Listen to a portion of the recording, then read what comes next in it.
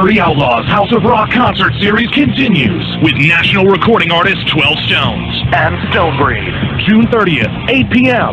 at Martin 5, 214 South State Street in Jackson. Tickets at Eventbrite.com. 18 and up. 12 Stones and Stonebreed at Martin's in Jackson. For more info, visit DirtyOutlawEntertainment.com. This is Guy Daigle from the band Acadia, and you're listening to Blevins Nation Podcast. The time is now. Get ready for the Incarceration 2018 Music and Tattoo Festival, July 13th, 14th, and 15th. The Ohio State Reformatory, Shawshank Prison, Mansfield, Ohio. Starring Rise Against. A Day to Remember. Bush. Black Label Society. Clutch. And Our Lady Peace. Suicidal Tendencies, Hate Breed, Fuel, Seven Dust, Of Mice and Men, At Elitist Way, Living Color, and many others. 2 stages, 70 tattoo artists, sideshows, camping, vendors, and more. Single day and weekend tickets available now at frontgatetickets.com and incarceration.com. Lock up your summer concert plans today for the Incarceration Festival. Welcome to episode number 22. This is Chris of Blevins Nation Podcast. Our guest today is Cruz from the band Stonebreed out of Los Angeles, California. These guys are on the road tearing it up right now, all across the country. And yes, they will be in Jackson, Mississippi on June 30th, playing with the band 12 Stones. This is a Dirty Outlaw Entertainment, Dirty Outlaw House of Rock series. I want to thank Guy Daigle from the band Acadia out of Louisiana. Good friends of mine. They will be at Incarceration Festival in Mansfield, Ohio, July 13th through 15th. Come check it out. Check out all the bands starting Friday the 13th. Hi, hello everybody. Chris here with Blevins Nation Podcast, and we're talking with the lead singer of Stonebreed, Cruz. How's it going, Carlos? Hey, how you doing, man? Glad to be here, buddy. Oh yeah, awesome. I just talked with your guitar player, Brandon Paul, a couple of weeks ago, so that was fun. All right, that's awesome. Told me about that. So I'm like, all right, I got to do a little call in and see what's going down, brother. Oh yeah, exactly. He is a beast, man. Good gosh. I've been watching his, some of his stuff before y'all go out and play, or he goes out and plays, different things at, his live feeds. Yeah. Yeah. So, man, I need to take some lessons from that guy. Whew. I understand. He gives lessons. Yeah, I know exactly. So I'm out here in sunny Southern California today. Where am I calling to today? Where are you at today? Man, I am in Cincinnati, Ohio. All right. Along the Ohio River. This is supposed to be the most nastiest thing in the world, but who knows? I've never gotten in it, and I don't think I ever will. So, but some people don't see it that way. So what part of Southern California? I live right in Hollywood. I live right on Hollywood Boulevard, to be honest with you, right on the corner of Hollywood and Western, right where I live at. Yep. Oh wow. Okay. Nice. And the other guys, they like Johnny lives in the Valley, and Orion, he lives over in the Valley, and Brandon, he lives down in Torrance, so we're all, centrally located just around the Los Angeles area, basically. Yeah. Okay, that's cool. And I was looking up online, checking some stuff out. So you've been married for a while now, and yep, I'm a married man. I got 3 kids. I've been married for almost 25 years now, 24 years now, going on 25. Okay, I was going to say it was like around 90 something. I think it was. I saw. So yeah, wow. And you live in Hollywood. Imagine that. In this day and age, in this business that I'm in. Well, yeah. Well, not just that. That's awesome. I know that's great. But I mean, the thing is being able to make a living and live and support 3 kids and a wife. Oh my God, in California, because especially in Hollywood, holy shit, man. I mean, you got to be. Are you doing something else besides music, or is it just music? No, I own a small business on the side and stuff, which allows me to be able to pursue my musical endeavors. Okay. By no means am I financially set or nothing like that. It's still a struggle every day, but the music, the money that I make from music definitely helps. Yeah. But it is not my main bread and butter, so to speak. Okay. Yeah. There we go. I mean, never give up on that dream, man. That's right, brother. So let's see. Stonebreed, y'all been together how long now? Since maybe 8 years? Well, the band has been together about 8 years. We went through some member changes. The core of this, the core that we've got right now, have been together for 4 years. So I mean, this is a good strong lineup. We're gelling. We just put out a new album of all songs we wrote together, and we're writing new material. We're touring. So I mean, everything's working out very, very well right now. Okay, and that album came out. I want to say it was like October of last year. 17? Yeah, right October, the end of October, November. Just right before the new year here. Yeah. Okay. Heart of Stone. Go out and get it, anybody. Yeah. What's the name of it again? It's a Stonebreed, and it's called Heart of Stone. Heart of Stone. That's right. Okay. Now that's y'all second album, right? Yeah, it's our second album. Our first album was just titled Stonebreed, our debut album.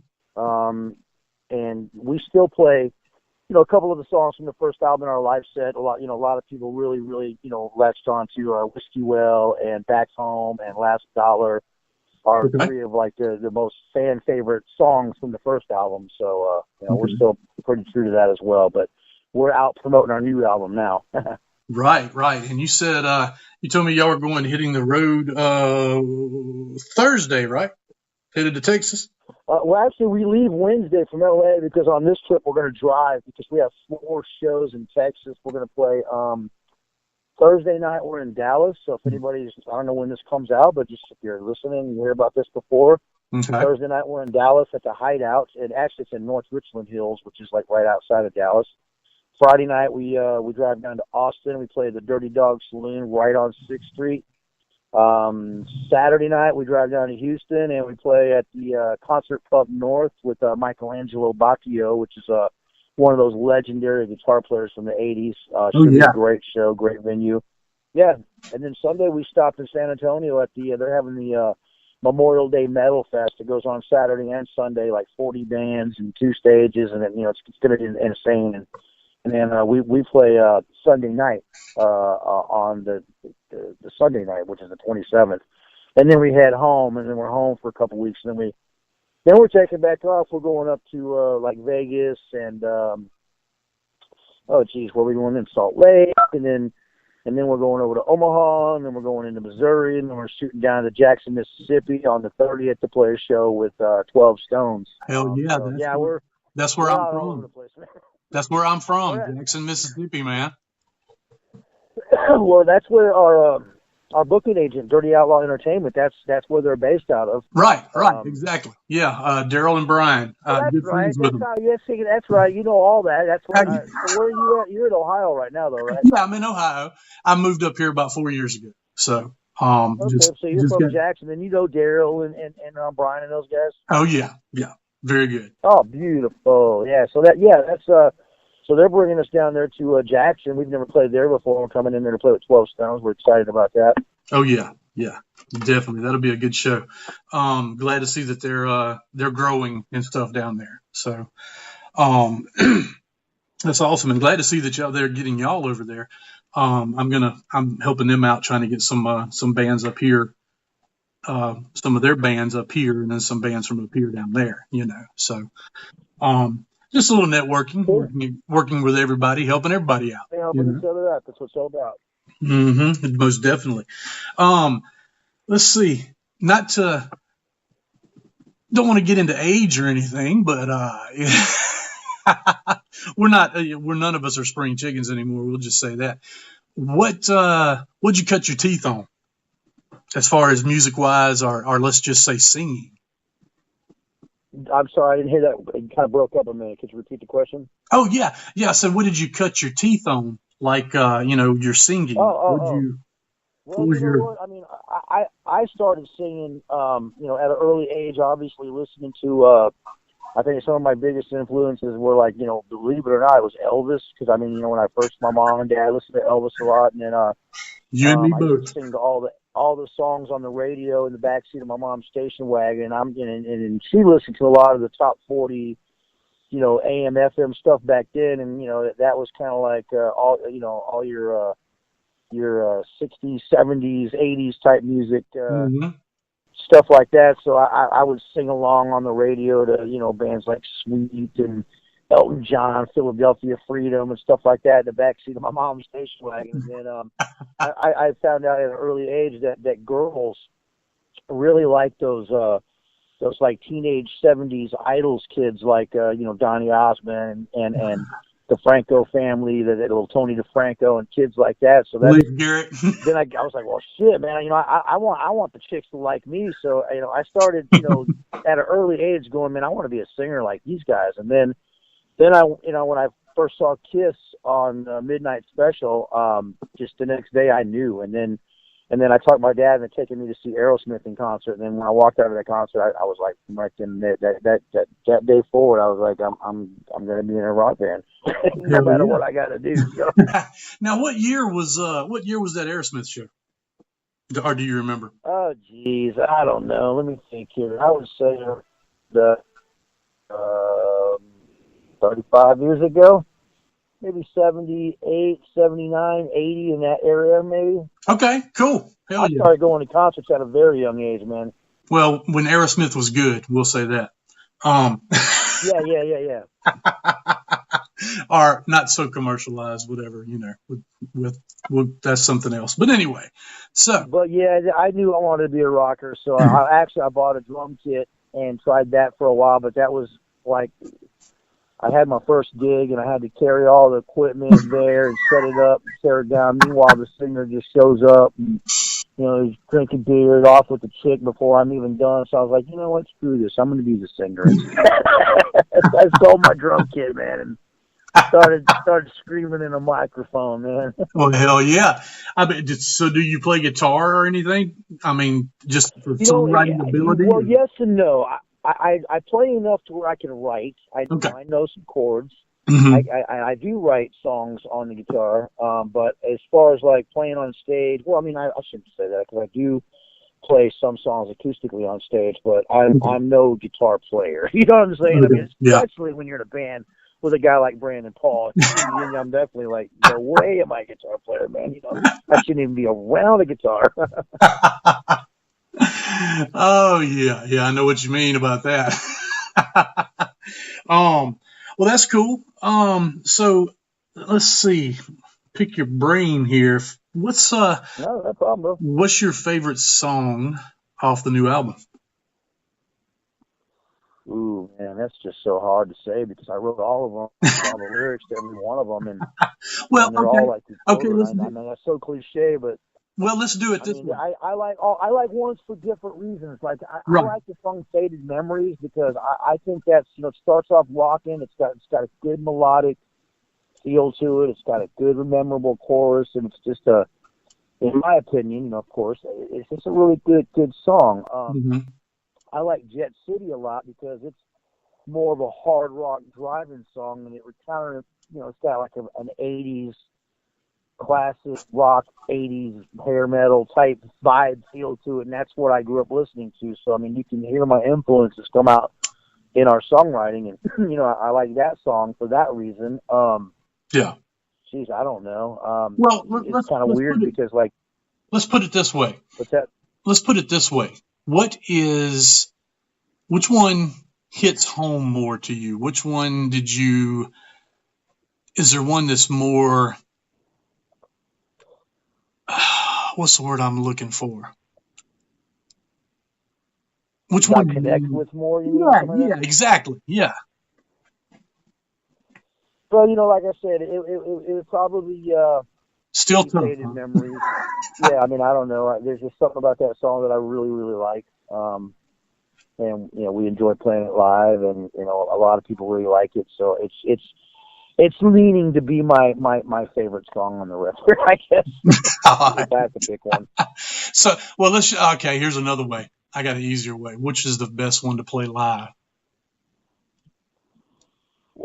Which one? I like Jet City to play live because There you it's go. so hard rocking, and I like Take Me because the girls like to dance to that song, like dances and claps their hands. And it's a good crowd participation song. Yeah. Okay. Yeah. Well, that's all fair answers. I mean, it's tough. It's tough. Do you have one that's your least favorite?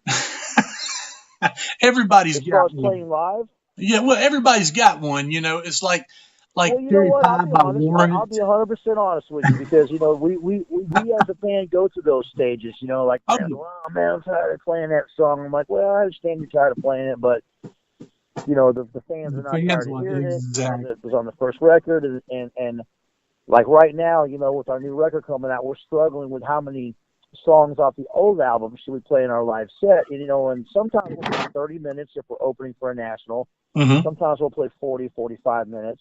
And if we're headlining someone, we could play an hour and a half. So, when we're limited on time, we have to cut our set list down, and then we're like, oh, well. And each one of us have different songs that we don't like to play for various reasons. And one of mine is the song "Last Dollar" off the first album. I always, but it's a really proud favorite, and everybody loves it. And it's just that I've been playing that song for so long, and I've played it, for 8 years, man. But then again, I like the song. It's just that if it comes down to, hey, let's cut a song, I'm gonna let's cut "Last Dollar" tonight. Yeah. I know exactly how that is. So, everybody's got one of those songs that just, and a lot of them, a lot of bands are the ones that's the song that broke them and made them their biggest hit, and that's the one. True, I hear that a lot. That's the one they hate, and it's like, oh wow, So, anyway. Well, that's right. We have a song just like that. We have a song that when we started rehearsing, it's on our new album. It's called "Fool Again." I'll be honest again here. I liked the song, and then I wrote some lyrics to it, and the guys were like, those lyrics are kind of lame. They didn't like the lyrics. And I was like, okay, I can take that. All right, I'll go back to the drum board. So then we decided to get together, and let's all write one together, So we all go meet at the drummer's house, and we sit around, and we start coming up with some stuff, and then, man, for like 3 months afterwards, I kept just finding it. I'm like, man, I don't like these new words. I don't like the new hook. I like my old one better. And, and we didn't ever play it. We never rehearsed it. We finally recorded it. And then after I spent a lot of time recording it and getting it down, it came out to be, just a great song. And I'm like, man, I love playing that song live now. And I fought that song from the beginning, dude. I didn't like the words. I didn't like the chorus. I didn't like the arrangement. Yeah. And, then after going into the studio and working on it and doing it and, listening to the outcome, I'm like, man, I'm glad that I didn't, or that I'm glad I gave in and just, get out in there and did it, man. You know what I'm saying? Yeah, most definitely. So what's it like out there in Hollywood, the scene?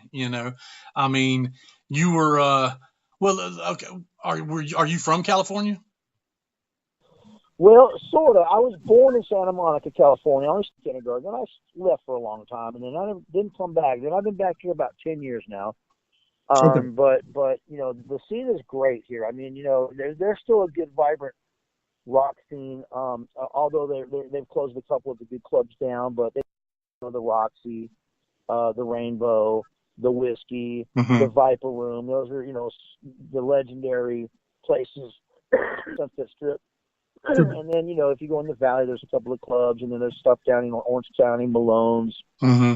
So there's a good rock scene out here. And then, thanks to the Whiskey, I mean, those guys and the Canyon Clubs, they do bring like the bands that I like, and like the hard rock bands, the classic bands, the Mm-hmm. air bands. And when I mean hard rock bands, I mean, like Y&T and Saxon and bands like that. When I mean, classic rock bands, I mean like Molly Hatchet, Marshall Tucker, bands like that. And then the hair bands, we just played with Tom Kiefer recently. We played Bullet Boys all the time. And I hate to clump those guys into those, call them hair bands, but that's the time that they were in, and that's what they're known as. And hey, man, they were on MTV and made a lot of headway out there. So whatever. But anyway, they do a good job of bringing all those kind of bands to the LA area. So every weekend you can go out and see somebody cool. And if there's really no nationals playing, there's tons of struggling young bands out there, beating the streets and doing it upright and just working their asses off, man. So I think LA has a pretty cool scene. That's why I'm here, man. Okay. Well, that's what I've been telling cats ever since I was young, and I should have practiced what I preach, but I never went. But kids that were young guys that were playing here and even playing with me when I got older, I'm like, dude, if you ever want to make it, get the hell out of here. I mean, even though there's 9,000 people there trying to make it, or 1 million people there trying to make it, there's more places to do it in. I mean, it's just this. There's this myth that back in the 80s and 90s when there was actual real record companies that were signing bands and giving them money and advances. Of course, these bands were making a lot more money back then because people were actually buying records. People don't buy records anymore, so it's a whole different ballgame now. But people have this myth, hey, if you're a band, you're in Indianapolis, Indiana, we should move to LA because that's where all the record labels are at, that's where the management companies are at, that's where the whiskey's at, this and this and that and that. And then they come out here and then they realize it ain't that easy. You don't just come out here and start playing and walk into Capitol Records to get a record deal. I mean, it doesn't happen like that anymore. So, a band literally in Indianapolis could do just as much good without having to come to LA. They could, build their own following there, the power of the internet. They could get a small independent label, press their own 1,000 records up, make $10 a record, make $10,000 instead of having to have a record company, scoop all that money up from you and you owe them at the end of the day. So, I mean, with the power of the internet these days, it's good and bad. I mean, it's bad because people don't buy records no more. Why should they when they can get everything for free on the internet? Then again, it's good because independent bands can get out there in front of as many people as they want worldwide without, having to pay a lot of money to record companies and promotional companies and, PR companies and all that kind of stuff. So. Yep. And I stress that on my show here for people to buy music. I talk about it all the time. I talk about going to see live shows. I don't care if it's a national, a regional, or a, local. Go and support live music. And go and buy music. I don't care where you buy it from, but buy it. Don't damn stream it where somebody gets 1 fucking cent. Pardon my French. Right. That's just, I mean, I don't know. That's like the other day, man. This is no joke, man. I put a thing about us playing somewhere Saturday night. Some dude actually wrote,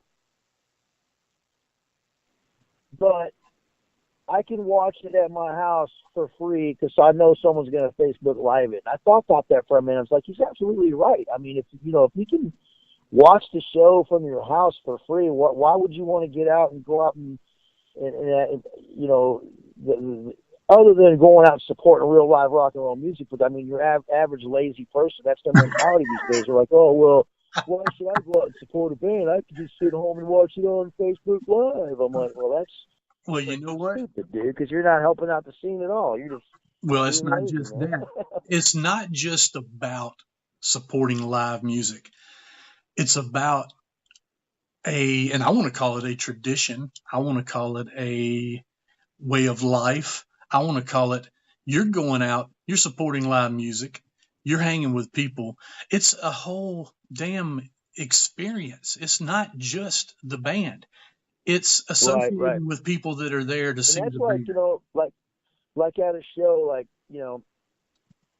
say you got 4 or 5 bands playing. First band comes on, they bring their little 10, 15, 20 people to the show. by the time the fourth band's on, all their people are gone and Right. they're freaking gone. I'm like, wait a minute, that's not cool at all, man. Oh, You know, hell no. Hell no. to stay for the whole night, watch all the bands that are on 11 o'clock, so try to get there early enough to, so that they can come in and support the other bands as well. And if everybody's there helping support each other, then you have a lot, bigger show, bigger networking power, bigger everything. I mean, everyone's hanging out and, enjoying everybody. And then, I love going early to our shows and checking out the opening bands because I always discover bands that I like, and then I'll go home, like their page and buy a T-shirt and end up following them on social media. And, Mm-hmm. there's bands that I've met that I'm like, hey, man, I tell them, send them to our label or our management company or I'll, call my lady at the book and go, hey, is there a way we can get this band to open for us? These guys are great. I saw them the other night, So, yeah, it's all about networking, man. Oh, Helping yeah. each other out. Exactly. And the whole experience, we went out of town and played one time, and I cannot remember the place to save my life, but it was very cool because it was like 4 bands and it was a potluck for the bands. So you drew to see when you were playing. So your people were already there. You know what I'm saying? I was like, I didn't like it at the damn time, but now that I think about it, I'm like, that's pretty damn cool. Other venues should do that, Yeah. Just an idea, throwing it out there. Nothing wrong with that. Absolutely. So, Yeah. let's see, you're going to Jackson to play. Y'all are playing with 12 Stones. That's with Dirty Outlaw Entertainment, putting that show on. Going to be at Martin's on June 30th. And they haven't announced any other bands yet playing with that. I'm sure they'll throw in a local or two here and there. But so that will be cool. And let's see what else. When are y'all recording any newer music right now? Are y'all in the writing stage? No, not right now. We're still in writing mode. Mm-hmm. This CD just came out, and we're getting ready to go and do a video for the song "Pain" very quickly. Okay. And then we got, like I said, we're booked all the way up through like August, and then while we're out on the road, we'll be writing new material. So then, Okay. maybe we'll start over the holidays, but I'm not really sure yet. Everything's kind of up in the air right now. Okay. Well, very cool. Well, hopefully I can help get y'all up here in Cincinnati or somewhere close to here, so I can come see y'all play. So that'd be cool. We're working on it, buddy. Now that we're working with Daryl and Brian down there at Dirty Outlaw Entertainment, we're trying to get everywhere, man. So these guys are helping us out and getting us out on the road. Oh yeah, most definitely. Yeah, that's cool. Newer music. What are you listening to, or do you listen to newer music? Yeah, I do. Well, let me think here for a minute. There's a band that I really like a lot, and they're from Atlanta. They're called Kickin' Valentina. I've heard of that name. Great band. Yeah, they're friends of mine. We've done some shows with those cats before, like in Denver and Chicago, and Okay. a great band. They got a great album out. They just played the Monsters of Rock cruise recently. They just got back from going over and doing, I think they toured like Germany or something, or they did some stuff in Europe. Okay. Great band. Love those guys, man. Kickin' Valentina. Okay. One of my new favorite bands to listen to. All right. Believe it or not, I like the Dead Daisies, man. I've been listening to those guys, John Kohlrabi and Doug Aldridge's new band. I mean, I guess they've been around a couple of years now, but Yeah. I listen to them a lot. Well, it's funny you say that about the Dead Daisies because I just interviewed and I just released it today, the podcast for Kyle Hughes, who is the drummer for Bumblefoot, but he's also the drummer he's also the drummer for Marco Mendoza, who is the bass player for Dead Daisies. Black Star Riders, right? Mm-hmm.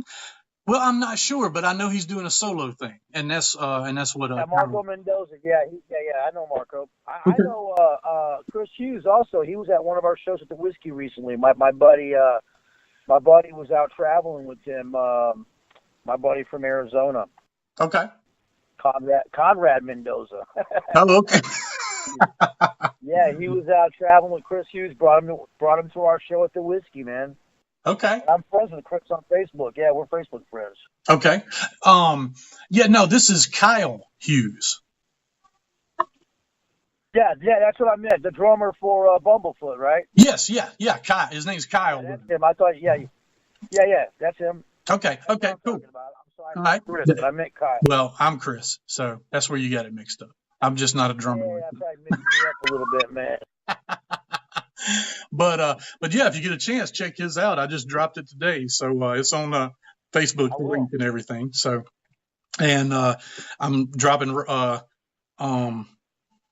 Oh my God, Brandon Paul's next Monday, and not Monday but Sunday, and got a couple of more and stuff. I would love to get yours out before y'all go on the road to Texas, but unfortunately that won't happen. But but it'll definitely be out before, because I have a lot of listeners in Mississippi, being that's where I'm from, and that's my biggest area right now. I'm working on Cincinnati, but it's definitely going to be out before the 30th. Oh yeah, it'll definitely be out before the 30th. So, well, cool. Carlos, I have enjoyed it, and going to let you get off of here now and get back to your day and sunny Southern California. Been trying to get my wife to move there forever, and she won't do it. So, anyway. Well, I appreciate you having me on here, and anybody listening, definitely check us out. We're all over the internet. Stonebreed.com, Facebook, Reverb Nation. Got a new album out. We're trying to get out as many towns and cities as we can. So please come and see us. If you hear of us playing, check us out. And, man, we love you, man. Keep rock and roll alive and kicking, baby. Oh, hell yeah. Are y'all on iTunes, any of that stuff? Yeah, iTunes, Spotify. Okay. All that stuff, man. Just, yeah. Okay. YouTube, everywhere, man. YouTube, AsianHookers.com. You can find us everywhere. Love it. Love it. All right. Well, yeah, definitely check them out, man. Stonebreed is, let's see, hard rock with a southern kick. I think that's what I read. Is that right? Yeah, people say we sound like Aerosmith meets Leonard Skinner with a dose of Van Halen or something. I don't know. I mean, we're just a rock band. We're fun. People want to label us, whatever. Yeah. Come and hear us. Call us what you want, man. Whatever. Exactly. Just come and see us. It doesn't matter what the hell it's called. So, but yes. And I am starting a revolution. I want you to know, and it's called Revolution. Keep it live, because damn it, that's what we're going to do. So, but yeah, man, look forward to seeing y'all sometime soon, and y'all have a good trip in Texas and kick some ass. Texas is big, so hold on tight, and y'all have a good one, and appreciate it, man, for coming on the show. All right, man. Thanks for me, brother. Have a great day, man. Hey, thank you. All right, buddy. See you later, Chris. All right, man. You have a good one. Bye-bye. Well, that concludes our podcast for the day. I want to thank Carlos Cruz for joining us. I want to thank Guy Daigle from the band Acadia for doing the promo. Putting a shout out to Incarceration Festival. Hell yeah, that is going to be the shit. Hopefully I will be there interviewing lots and lots of bands and also tattoo artists. I made a mistake earlier. I did not say we're 12 Stones and Stonebreed were playing in Jackson, Mississippi. Of course, that's going to be at Martin's. And that's a Rybolt production, along with Dirty Outlaw Entertainment House of Rock concert series. Love everybody, and we'll see you soon.